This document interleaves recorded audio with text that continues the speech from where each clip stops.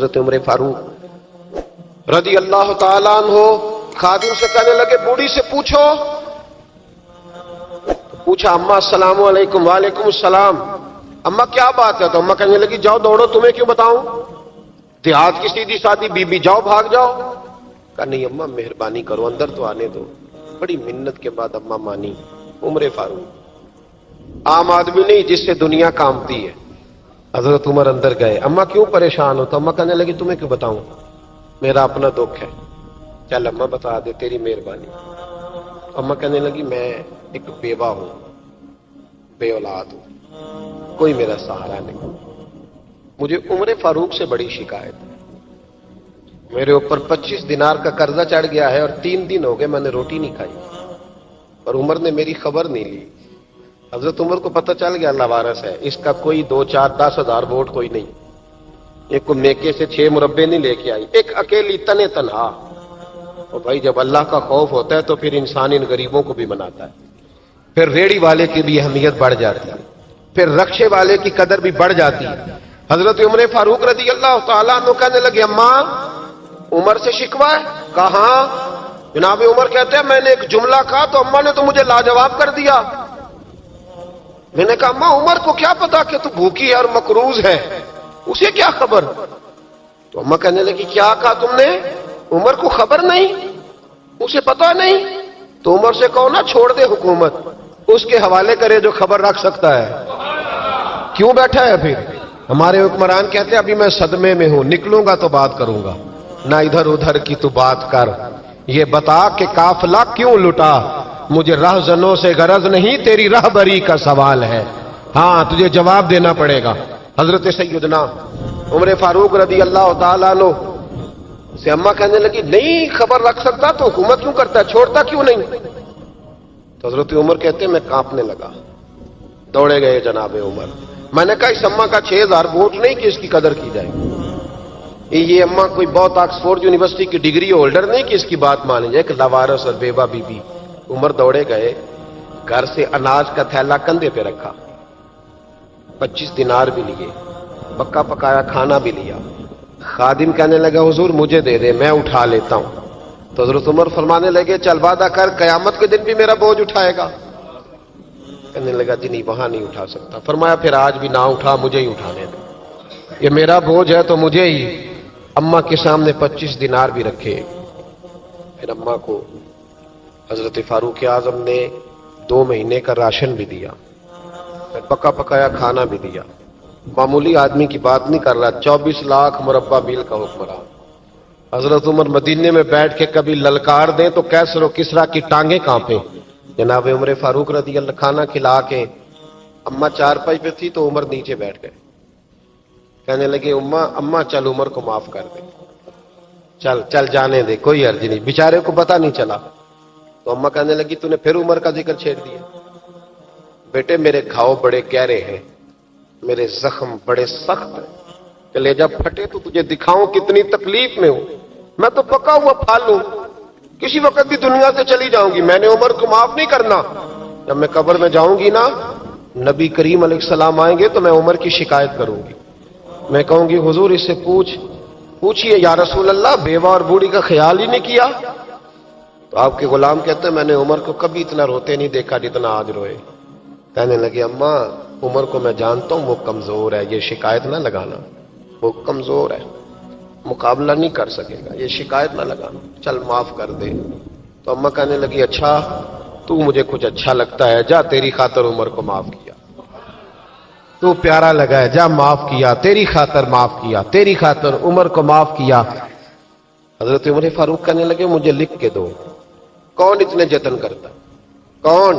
کسی سے کہنا جا اپنی اماں کو منا لے, تو کہتے ہیں نہیں میری غلطی کوئی نہیں تو مناؤں کس بات پہ, ہمیں تو 20 دلیلیں آتی ہیں. جا ابا کے پیر پکڑ لے. پتہ ہے نبی پاک علیہ السلام نے فرمایا جس کا باپ راضی ہوگا اسی کا اللہ راضی ہوگا, اور جس کا باپ ناراض ہوگا وہ سارا دن وظیفے پڑھے, اس کا اللہ راضی. یہ ابو داؤد شریف کی حدیث ہے. نا جی بڑی مہربانی, پیسے نہ لائیے گا آپ. اب بات سنیں, وہ بھی میں سمیٹنے کی طرف آ رہا ہوں, ختم کر رہا ہوں, آپ میری بات پہ توجہ رکھیں. عزیز بھائی, نبی کریم صلی اللہ تعالی علیہ وسلم نے جو اپنے غلاموں کی تربیت کی تو حضرت عمر فاروق کہنے لگے لکھ کے دو, لکھ. لکھ دو. تو اماں کہنے لگی آپ لکھیں میں سائن کر دیتی ہوں. آپ لکھ دیں میں سائن کرتی ہوں. حضرت عمر نے لکھا فلاں بنت فلاں کو عمر سے شکایت تھی. پھر انہوں نے عمر کو معاف کر دیا. اماں سائن کرنے ہی لگی تھی کہ مولا علی شیر خدا آ گئے. حضرت عبداللہ ابن مسعود آ گئے. اوہو عمر یہاں بیٹھے ہوئے ہو, میں سارے مدینے میں تلاش کر رہا تھا, یہاں بیٹھے ہو, وہ کچھ لوگ ملنے آئے, نکلو. اماں نے سنا کہ یہ عمر تھے تو اماں اٹھ کے کھڑی ہو گئی. آئے ہائے عمر تھے, آپ عمر تھے. تو جناب عمر کہنے لگے اماں تو نے جو کہا ٹھیک کہا, لیکن اپنے وعدے پہ قائم رہ, یہ ذرا سائن کر دے. اماں نے سائن کیے تو حضرت عمر فاروق فرمانے لگے علی آ گئے ہو تو بطور گواہ تم بھی دستخط کر دو. عبداللہ ابن مسعود تم بھی بطور گواہ جب سائن ہوئے تو جناب عمر نے رکا لپیٹا اور مولا علی شیر خدا سے فرمانے لگے علی یہ رکھ لو, مجھے لگتا ہے میں تم سے پہلے دنیا سے جاؤں گا, اور جب میں پردہ کر جاؤں نا تو یہ رکا میرے کفن میں رکھ دینا. اگر حضور علیہ السلام نے پوچھا نا میری امت کے ساتھ کیا سلوک کر کے آئے ہو, تو رکا نکال کے کہوں گا یا رسول اللہ ایک بوڑھی ناراض تھی میں اسے بھی راضی کر کے آیا. حضور یہ میں راضی. بھائی جب تک ہم اللہ سے نہیں ڈرتے معاشرہ اصلاح پذیر نہیں ہو سکتا. حضرت عمر فاروق رضی اللہ تعالیٰ عنہ نا باہر والوں کا بھی بڑا سخت حساب کرتے تھے. بڑا ایک گورنر صاحب نے لباس بڑا شاندار پہننا شروع کر دیا تھا تو حضرت عمر نے اتروا کے نا تو انہیں ٹاٹ کا لباس پہنا کے تو اونٹ چرانے کی ڈیوٹی دے دی تھی.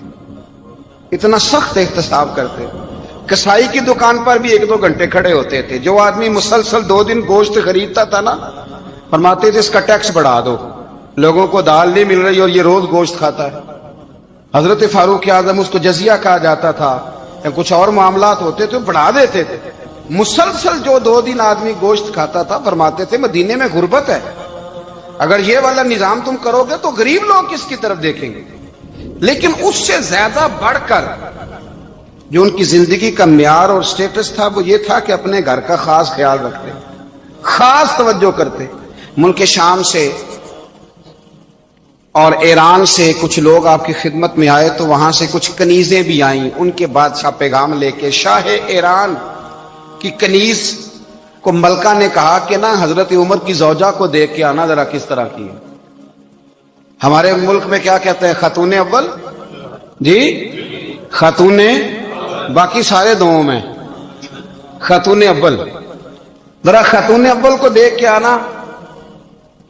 تو وہ جب آئی نا گھر میں ملنے تو کہا کہ مجھے میری ملکہ نے کہا تھا کہ عمر کی زوجہ سے اہلیہ سے ملاقات کر کے آنا. تو حضرت عمر کی اہلیہ نے نا ایک جوڑا کپڑوں کا دے دیا ملکہ کے لیے اور ایک خوشبو کی شیشی دے دی. اب جب وہ تحفے وہاں گئے تو اس ملکہ نے نا کچھ سونے کا سامان بھیجا, کچھ زیورات بھیجے, کچھ تحائف بھیجے. جب حضرت عمر کے گھر آئے نا وہ خادم لے کے آیا, اس نے کہا جی آپ کی اہلیہ نے تحفے بھیجے تھے. تو جواب میں شاہ ایران کی بیوی نے یہاں جس ملک کا وہ سفیر تھا انہوں نے بھی یہ بھیجے. حضرت عمر فاروق نا وہ تحفے لے کے گھر گئے تو جا کے کہنے لگے اپنی اہلیہ سے یہ تو کب سے تحفے تحائف بھیجنے لگ گئی ہے, یہ کب سے نظام شروع ہو گیا؟ تو کہ حضور تحفہ دینا لینا تو ٹھیک ہے, سنت ہے, محبت بڑھتی ہے, تو یہ کوئی قباحت نہیں, اور میں نے اپنی ذاتی استعمال کے لیے جو چیزیں رکھی تھی وہ میں نے دی ہیں. تو حضرت عمر فاروق رضی اللہ تعالیٰ عنہ فرمانے لگے ہم نے کسی ملک کے ساتھ اور اس کے بادشاہ کے ساتھ ذاتی تعلق نہیں بنانا, تعلق جو بھی بنے گا رسول اللہ کے دین کی برکت سے بنے گا. ذاتی رشتے نہیں ہم نے قائم کرنے. ذاتی آپ کے ملک کی جو ایئر لائن جس کا ہر سال خسارے کا ڈنڈورا پیٹا جاتا ہے نا, وہ ہمارے بادشاہ صاحب اور صدر صاحب اگر غیر ملکیوں کو گھوڑا کبھی بھیجنا ہو نا, گھوڑا تو پورا ایک جہاز گھوڑا لے کے تحفے میں جاتا ہے, پورا جہاز. غریب قوم کا یہ سرمایہ, اور قوم بڑی بادشاہ ہے, لائنوں میں لا کے ووٹ دیتی ہے. 2 کام ہمیشہ لائن میں لا کے کرنے, ایک بل لائن میں لا کے جمع کرانا ہے اور ایک ووٹ لائن میں لا کے, تاکہ پھر پورے 5 سال لائن میں ہی لگے رہیں. مرضی سے آپ ووٹ دینا, پر جو بات درست ہے اس کو سنو. حضرت عمر فاروق رضی اللہ تعالیٰ عنہ نے اپنی اہلیہ سے پوچھا کتنے کا تھا وہ تیرا جوڑا اور خوشبو کی شیشی؟ انہوں نے کہا 3 دینار کی. فرمایا یہ 3 دینار تیرے اور باقی جو تحفے آئے ہیں وہ تو خود کہہ, کیونکہ اس نے تیرے نام بھیجے ہیں. تو کہہ کہ میں مال غنیمت میں دیتی ہوں, تو کہہ میں مسلمانوں کو کہہ. تو زوجہ ہنس پڑی, کہنے لگی میں نام بھی کہوں تو مجھے کہنا تو پڑے گا ہی. کہنا تو میں نے ہے ہی، جو کہ سامنے عمر فاروق ہے، لہذا پر میں کہہ دیتی ہوں میں نے دیا خزانے کو، حضرت عمر نے جمع کرا لیا۔ میں یہ کیا بات ہے، میرے گھر والے جو مرضی کریں، ان کا معیار زندگی جس طرح کا مرضی ہو۔ اور حضرت عمر ایک جملہ کہا کرتے تھے، اللہ کرے کہ یہ باتیں اس دور حاضر میں ہماری سمجھ میں آئیں۔ حضرت عمر فاروق رضی اللہ تعالیٰ عنہ اپنے بچوں کو فرمایا کرتے تھے کہ بہت آدمی کو بھوک لگی ہو نا، اور پھر اس کی پسند کا کھانا پکا ہو تو اتنے شوق سے وہ اس کھانے کو دیکھتا ہے نا، فرمایا اس طرح پوری قوم اپنے بادشاہوں کے خاندان کو دیکھتی ہے، اس تیزی کے ساتھ دیکھتے ہیں کہ ان کے گھر میں کیا ہو رہا ہے، ان کا معیار زندگی کیا ہے، ان کا سٹیٹس کیا ہے۔ سیدنا فاروق اعظم رضی اللہ تعالی عنہ نے اپنے گھر کے اندر اپنے بچوں، آپ کے بچے دونوں کاروبار کے لیے مصر گئے تو وہاں کے گورنر صاحب نے لوگوں سے، ایک بہت بڑا قافلہ گیا مدینے سے مصر تجارت کے لیے، جاتے ہیں نا آج بھی قافلے کئی ملکوں میں، تو یہ گئے تجارت کے لیے، تو حضرت عبداللہ ابن عمر اور حضرت عبید اللہ ابن عمر، حضرت عمر کے دونوں بیٹے گئے، جناب عمر فاروق کے بچے جب وہاں پہنچے تو مصر کے گورنر نے نا لوگوں کو تعارف کرایا کہ یہ عمر فاروق کے بیٹے ہیں، یہ حضرت یہ چودھری کے بیٹے کو کون بتاتا ہے کہ تو چودھری کا بیٹا ہے؟ باہر والے بتاتے ہیں، گھر والے جی، اور سیٹھ صاحب کے بیٹے کو کون بتاتا ہے کہ تو سیٹھ صاحب کا بیٹا ہے؟ اور مالک کو کون بتاتا ہے کہ تو مالک کا بیٹا ہے اور یہ کرایہ دار ہے؟ یہ کون بتاتا ہے؟ یہ سوچ ہم دیتے ہیں بچوں کو، چودھری اور کمی کی سوچ، امیر اور غریب کی سوچ، مالک اور کرایہ دار کی سوچ، گھر کے مالک کی اور کام کرنے والے کی سوچ، یہ ہم دیتے ہیں، یاد رکھنا، یہ ہم دیتے ہیں، یہ ہمارا مزاج ہے، یہ باہر سے نہیں آتی۔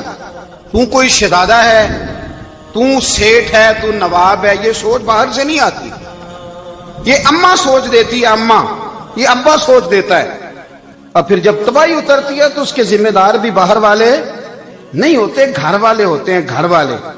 ہمارے بچوں کی طبیعتوں پر زیادہ نقش باہر والوں کا نہیں ہوتا، گھر والوں کا ہوتا ہے، یاد رکھیے گا۔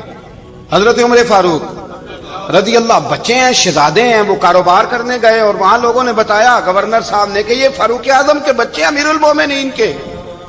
لوگوں نے ان سے زیادہ مال خریدا، تجارت میں زیادہ نفع ہوا، ظاہر ہے کہ وہ آپ کے جو اللہ خیر کرے حکمران ہیں، ان کے کاروبار کتنے ملکوں میں ہیں، کس بنیاد پر ہیں؟ وہ صرف اس بنیاد پر کہ وہ حکمران رہے، ان کے لیے آسان تھا بڑے لوگوں سے تعلقات بنانا۔ حضرت عمر فاروق رضی اللہ تعالیٰ عنہ کے بچے ڈھیروں مال کما کے جب واپس آئے نا، تو حضرت عمر سے آ کے بچوں نے بطور محبت کا، ابا جی اللہ نے بڑا ہی فضل کیا ہے، بڑا مال کمایا الحمدللہ، یہ دیکھیں کتنا نوازا ہے۔ تو حضرت عمر کہنے لگے سارے قافلے نے اتنا ہی کمایا ہے؟ سارے قافلے نے اتنا ہی کمایا ہے؟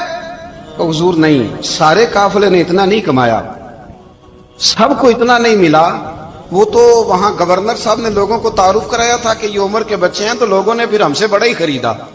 تو حضرت عمر فرمانے لگے ٹھیک ہو گیا، میں بات سمجھ گیا، اس طرح کرو، جو تمہاری اصل زر تھی نا، جو راز تھی، وہ رکھ لو اور باقی سارا مال مال خزانہ میں جمع کرا دو، اس لیے کہ یہ تم نے تجارت نہیں کی، یہ تم نے اپنے باپ کا نام بیچا ہے، یہ تم نے امیر المومنین کے بیٹے ہونے کا فائدہ اٹھایا ہے۔ فرمایا یہ تمہارا نہیں حق، یہ مسلمانوں کا ہے، اس لیے کہ یہ مال تم نے محنت سے نہیں کمایا، یہ باپ کی کرسی کا فائدہ اٹھایا ہے۔ اور فرمایا اگر تم نے مال جمع نہ کرایا تو میں مال بھی لے لوں گا زبردستی اور کوڑے بھی ماروں گا، ڈبل سزا دوں گا، مرضی سے جمع کراؤ گے تو کوڑوں سے بچ جاؤ گے۔ بڑے بیٹے نے تو جمع کرا دیا، تو چھوٹا تھوڑا پریشان ہوا، تو حضرت عبداللہ ابن عمر چھوٹے کا ماتھا چوم کے کہنے لگے بیٹے چپ کر کے جمع کرا، یہاں بھی فخر کر کے ہم عمر کے بیٹے ہیں، اور قیامت میں بھی فخر کریں گے کہ ہم فاروق اعظم کے بیٹے ہیں، یہاں بھی ناز کریں گے اور وہاں بھی ناز کریں گے کہ عمر کے بچے ہیں۔ ہمارے باپ نے خود بھی حلال ہی کھایا ہے، اور جب ہماری کمانے کی باری آئی ہے تو ہمیں حکم بھی حلال کھانے کا دیا۔ بھائی ہمارا مزاج نہیں، بچہ جب لے کے آتا ہے 2 لاکھ روپیہ تو کبھی پوچھے کہاں سے آیا ہے؟ جب وہ پہلے دن غلط دوستوں کے پاس جا کے بیٹھتا ہے تو کبھی نکالا